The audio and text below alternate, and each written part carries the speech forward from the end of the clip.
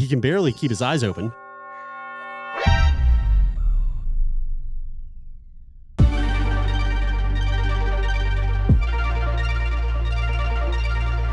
Welcome to Sickboy Podcast, everybody. My name is Jeremy Saunders. We are currently watching Taylor go through some sort of mystery ailment. Can you do sync claps so we can get this? He can, studio. He can barely keep his eyes open. Taylor, have you seen a chiropractor as of late? I was actually going to prep a whole thing about chiropractors and how when they crack your neck, it could it could give you a boner forever and potentially kill you days later. We really do have 29 minutes of here, so we're gonna have to. Can you sync clap for Taylor? Taylor, should we just carry on without him? Yeah. Let's go. Let's just start. All right, Taylor, here, drink some water. I heard drinking water is like probably good for everything, pretty much. Here, drink that.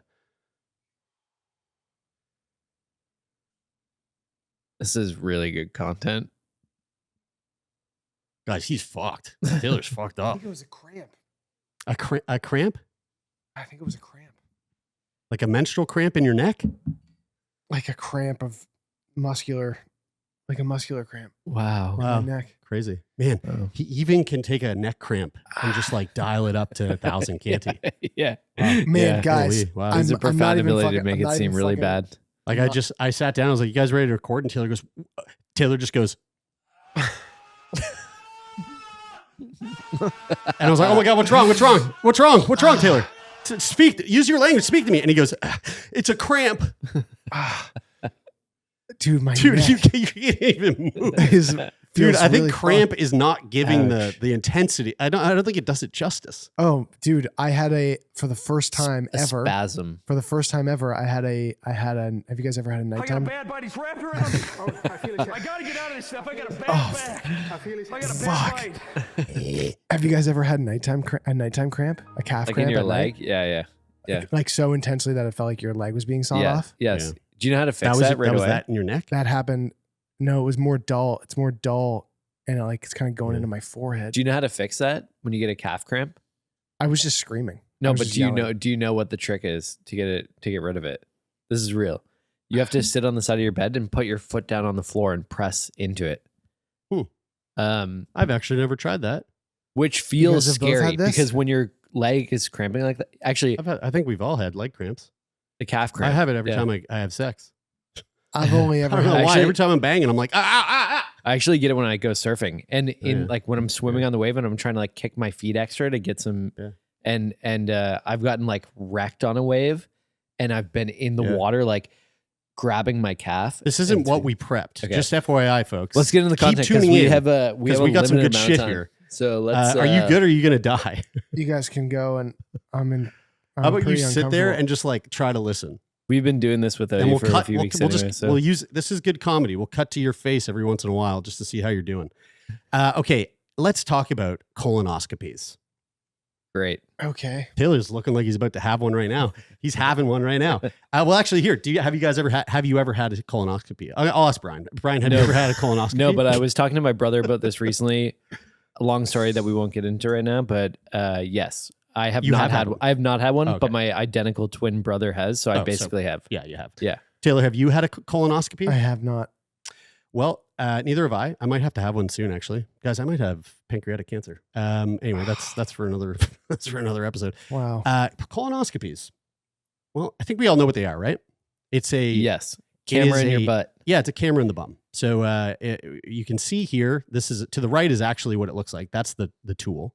To the left is a very nice drawing. I don't know if it was a kid that drew that or what. That looks like a Cora. It's color. It's pencil. actually not. It actually, if you Google it, It's a wiki. that you can see the artist's signature on the bottom there.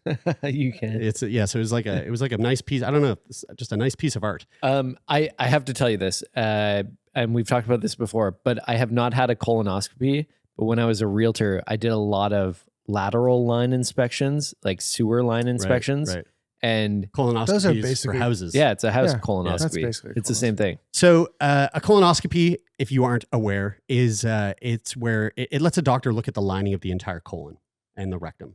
Mm-hmm. And your colon is it's the large intestine, basically.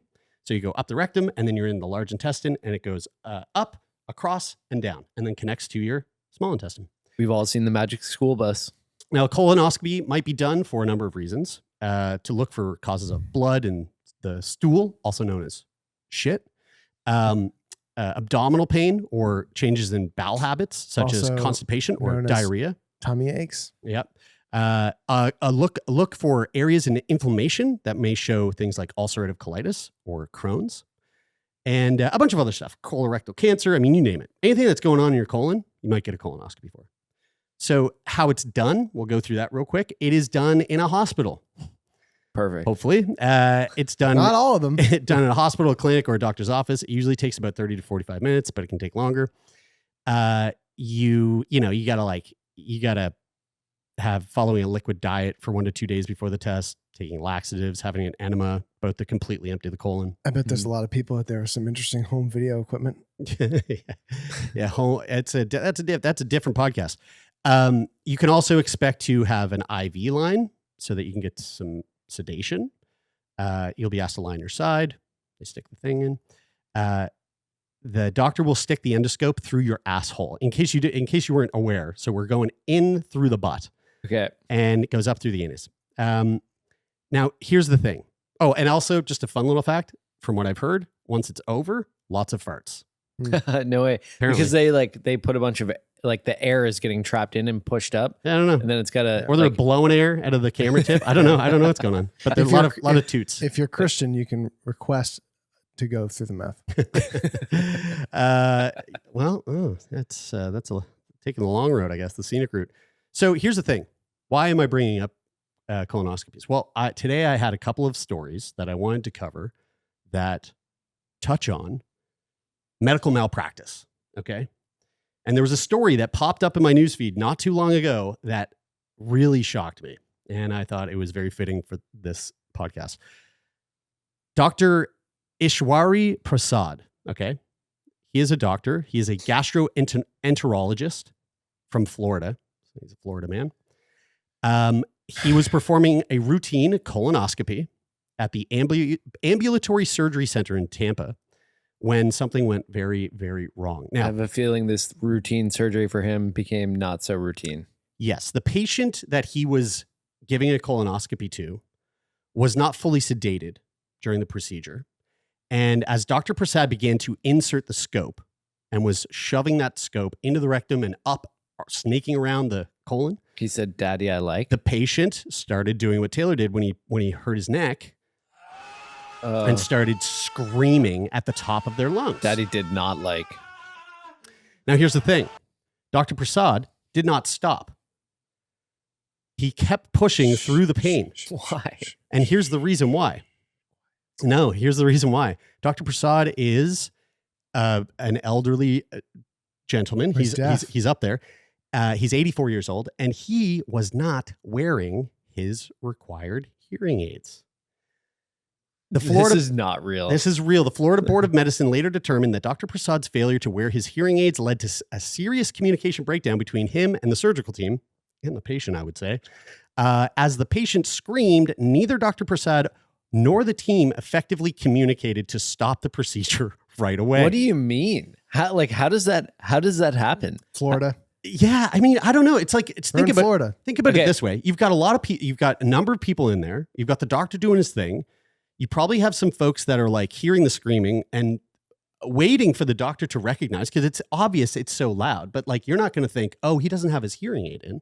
So like, there might be enough. I mean, it doesn't take much time for this to become a traumatic event. So even if this was like 5 seconds before somebody realized, fuck, doctor, that's enough time for this to be newsworthy. I suppose so. Right? You are not wrong. Plus, Plus, even if what are you supposed to do? Are you supposed to take it out, or are you supposed to leave it and properly sedate the person? Like, what are you supposed to do? I think in the middle of that situation, you pause what you're doing and you figure out what the best way is to proceed, rather than continuing to feed the snake down the line. Now, obviously, I will say this. For sure, don't keep going. But This isn't all on Dr. Prasad, right? Obviously, because The patient wasn't fully sedated, right? So the anesthesiologist does play a role here. Probably the biggest role. Maybe, but also not think it's wearing the hearing 50-50. aids. That's pretty bad. Yeah, I think it's 50-50. That's his bad. Dude. Yeah. Yeah. Big time. Yeah. Not Totally. even yeah. It's like, dude, if you need hearing aids and you're going to start shoving shit in people's asses. Yeah. It's a big mistake. Forget about even what you're doing. Yeah, dude. Think about the environment that you're in. You are in an environment where you are working with a team of people where communication is of the utmost importance.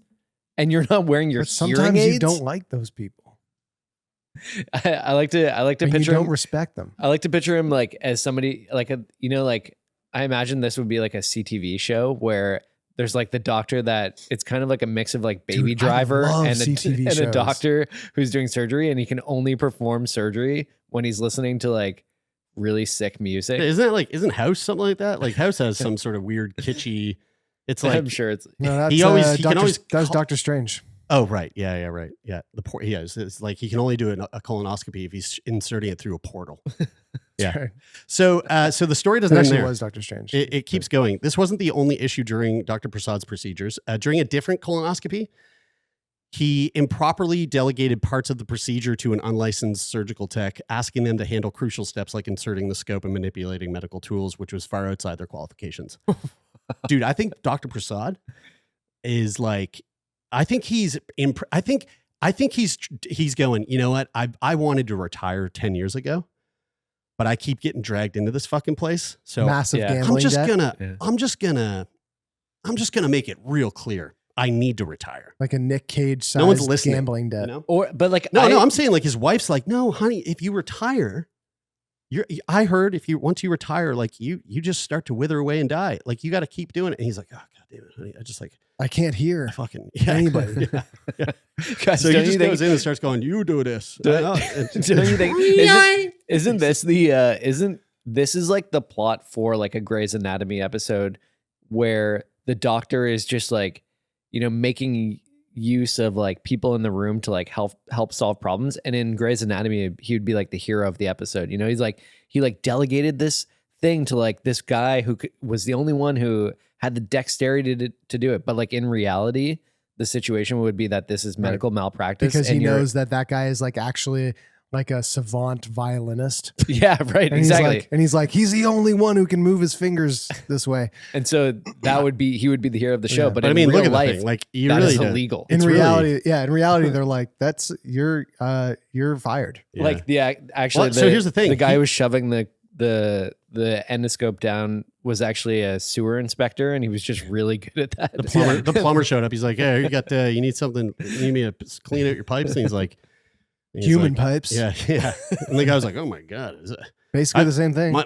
this has been my fantasy all along is to walk in on a real porn set." And it's like, but it's like he's like, "Oh, this is a kind of a weird kind of porn that I'm not. Oh, well, I guess so. Like, whatever you say." So Dr. Prasad didn't get fired, but he did get a slap on the wrist. The Florida Board of Medicine deemed Dr. Prasad's action to fall below the minimum standard of care in Florida, but fall above the maximum expectations of Florida. So he also was given he's not allowed to perform any gastroenterology procedures without supervision. So now he needs someone to hold his hand. And he was given a fine of $7,500. Wait, was that before the hearing aids, or that was the result of the? That was the hearing aid? result of this. Okay, Yeah. So he effectively needs someone there to make sure he's wearing his hearing aids. Yeah. Which that really blows my mind. That's a wild piece of him just going, Guys. I didn't charge him. Guys, Fuck it. 84 is old. Yeah. It's really old. Why is he still working? I mean, there are tons of totally with it 84-year-olds. Look at Joe Biden. He's fucking killing it right now. He's doing great.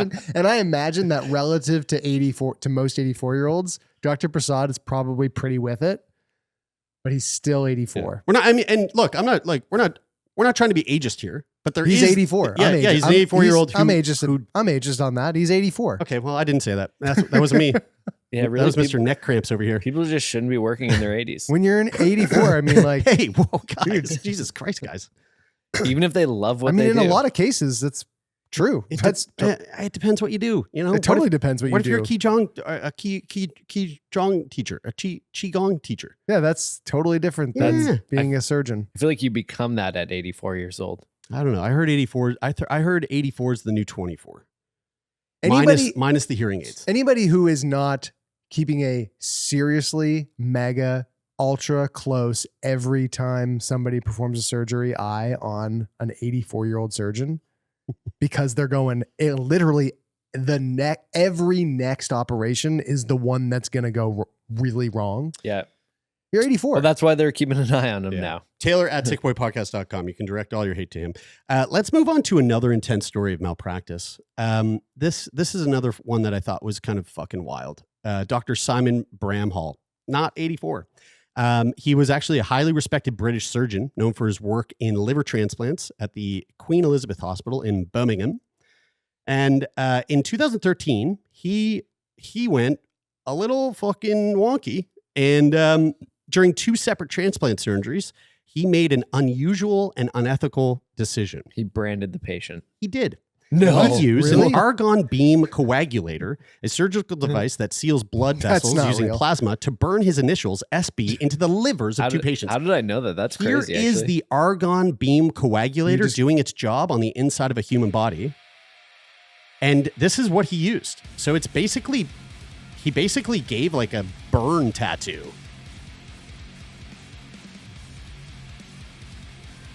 So you actually just guessed that, Bri? I actually did. I job. legitimately Yeah. didn't know that He was. fucking straight up Nexiumed 2 patients by tattooing their liver. Now, here's the thing. Argon beam coagulators are typically used to control bleeding during surgeries. It uses plasma to essentially cauterize an area. Guys, I have a hot take on this. But in this case, Dr. Birmingham used the Harmless. tool to etch his initials into the transplanted livers. And the marks on the livers, they actually were not going to have any effect on the patient. It was just like a little thing, Yeah. right? This is my hot take. But hold on. Do you Are want to? artists not allowed to sign their work? That's exactly what I was thinking. Well, let me just tell you. How do you think he got caught doing this? Oh, he made a boo-boo. Oh, there was an X-ray or an ultrasound to follow up and check in on the patient, and they were reading it and they were like, "Holy shit, he signed his initials." Holy shit. This is not a bad guess. So here's the thing: the marks would eventually fade, right? So he was like, "Yeah, let's fucking do this." Even like, more this reasons. is the thing; they'll fade. Whatever. Just drew a dick. However, the Dictation. incident came to light in 2014, so a year later, when one of the patients required follow-up surgery, and the follow-up surgeon was not Dr. Simon Bramhall. And so when A he year opened him later, up, it was still there. he was like, "What the fuck, SB? Holy No, shit!" it must have been really clear. Oh yeah, dude. I mean, well, do you see it? Like it is. So again, for folks that aren't seeing this, the coagulator or the argon beam coagulator thing, it takes red tissue and it turns it literally like a pale yellow.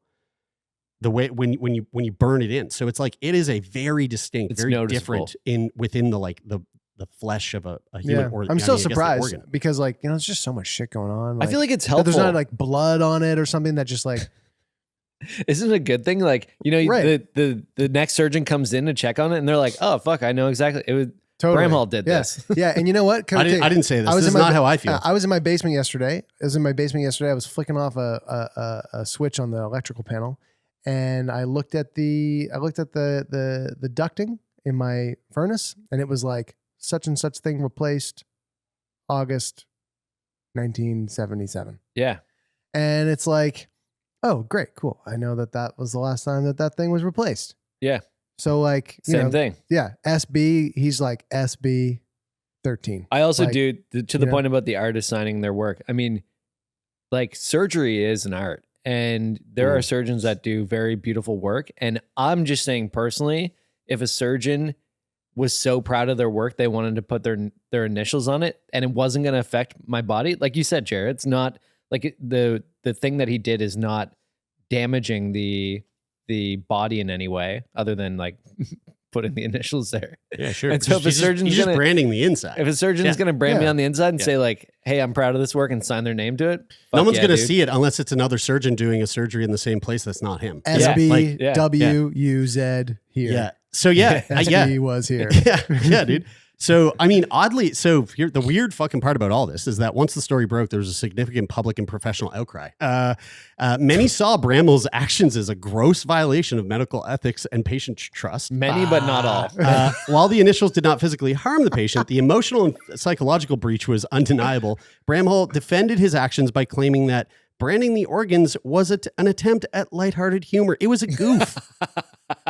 Okay, he goofed and he said, whoops, let the guy fucking live his life. In 2017, Bramwell was brought to trial. He admitted to 2 counts of assault by... assault? I mean, yeah, I guess. Yeah, definitely. He was admitted to 2 counts of assault by beating, but denied more severe charges of bodily harm. Wow, he beat the initials right into them, I guess. So he was ultimately convicted of assault in January of 2018, fined £10,000. That's like of flesh. That's like $1 million of his own flesh. I was just in London, guys. It's a lot. And he was sentenced to 12 months of community service, which guess what his community service was? Cleaning graffiti off That's walls. it. Yeah. Was it actually? No, I don't know, but that would be perfect. Hilarious. His actions were described as, quote, not isolated incidents, but deliberate and conscious acts. Bramwell decision to mark the organs raised numerous questions about the power of dynamics in the operating room, the surgeon-patient relationship, and how even the most highly regarded professionals can overstep ethical boundaries. Now, here's the thing. I don't agree with you guys. I do think he fucked up, and that's a little bit fucked up. Yeah, now, Brian and I definitely do not think that he fucked up. However, if I found out that my doctor put a fucking rad picture of a guy skateboarding on a half pipe on my liver, I'd be like a guy like an animated character with his pants down pissing on like Trudeau's face or something like that. Dude. I mean, I didn't say it. Jared, like the sweet bumper stickers Jared, that you see. You have tattoos. We all have tattoos, and we like a bit of art on our bodies. Imagine your surgeon was like, "Hey, you want me to tattoo your pancreas while I'm in there?" Yeah. I'd be like, yeah, dude. So the problem isn't draw a pancreas on my pancreas. So the problem isn't that he did it. The problem is that he didn't ask. He didn't ask for consent. That's right. And you've actually just reversed my position because, like, even though I am very grateful for the work that people who have tattooed me have done, I don't want their signature on my skin. Yeah, dude. Yeah, I don't want SB on my fucking. What do you do? The liver?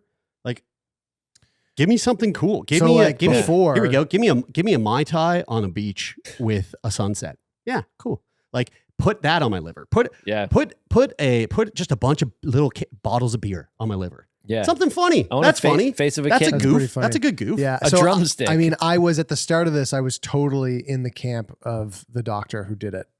Like, was totally on his side. Thought he did nothing wrong. Absolutely, totally being crucified for something that was totally okay. You know what? And now I think just changed my mind. I think your neck pain's getting to your head a little bit. But I have another idea that I think would be really funny. Do not enter. The liver? Yeah. It's just like you open it up, it goes, do not enter. If a doctor, imagine if it said that and the other doctor opened it up and was like, oh my, what the fuck? And it just says like wrong liver or like, sew me back up. And then, close me up. And then the doctor, close me up, daddy. The doctor pokes his head in. The doctor who left it pokes his head into the operating room and goes, prank. or just says SB wasn't here and they can't actually, he doesn't get in trouble. Could you imagine if he... Shut up, Brian. Guys. That's actually what it stands for. Shut up, Brian. Shut up, Brian. Yeah, that's right. All right, well, there we go. That was fun. How's your neck? Still kind of sore. Oh, okay. Well, not the intensity that I was going to say. The healing power of laughter brought you around. It did. Well, folks, there we go. There we have it. I hope you enjoyed this wonderful little episode of Sickboy. Jesus Christ! You guys hear that? I mean, that didn't come on the mics, but it sounded like someone was about to. The big bad wolf is about to cough a hole through the fucking door here. Let's wrap it up before these cameras run out of space. So thanks for tuning in. We love you all. We really appreciate your support. And if you want to keep supporting the podcast, make sure you follow us wherever you're listening to the show, whether that's on YouTube, Spotify, Apple Podcasts. And come on over to our Discord. The Discord link is in the show notes to all of our episodes. We'd love to see you over there. Have a good time. And if you want to be on the show, you can do that really easily by going to sickboypodcast.com.